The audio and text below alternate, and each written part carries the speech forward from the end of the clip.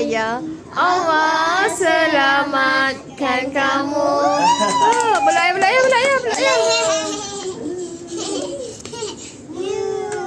Aduh sian adik Kak. Okay, Abi dulu. Ucapan apa Bi kat ayah? Cepat. Abi dulu. Ada adik. Abi dulu. Maaf. Selamat ulang tahun ya. Ayah. Semoga tanda dah. Semoga banyak rezeki. Baju supaya panjang umur. Rabi akan doakan selalu. Okey, terima kasih. Dia tak tahu.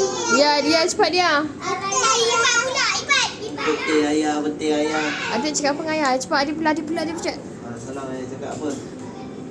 Happy birthday ayah. Adik. Cakap apa adik? Lepas pula. Ayah ada adik. Allah. Sakit lah.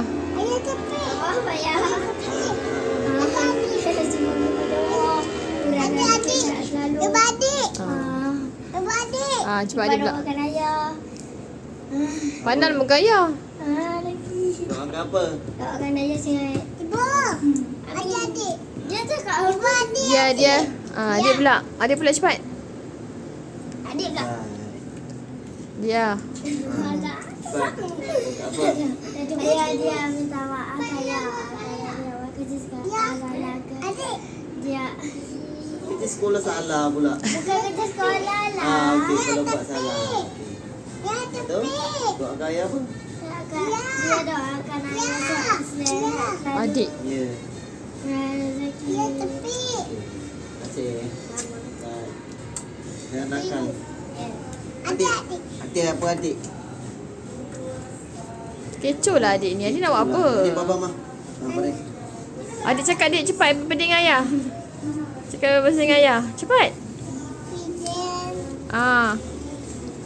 Ayah cepat kaya, sihat. Ibu pula. Apa adik tak cakap pun? Ipat. Apa ipat lah? Ipat ni. Kenapa? Ibu tak yang rekod ni. Ipat sini.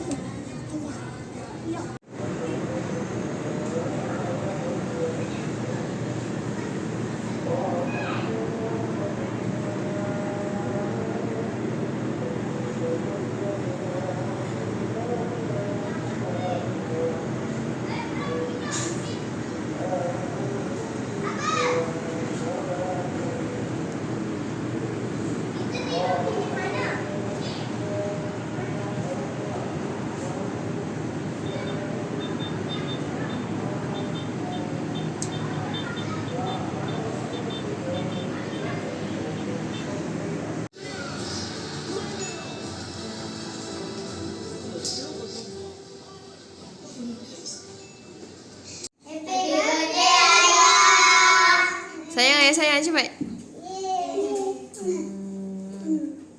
Ya. Jom mana?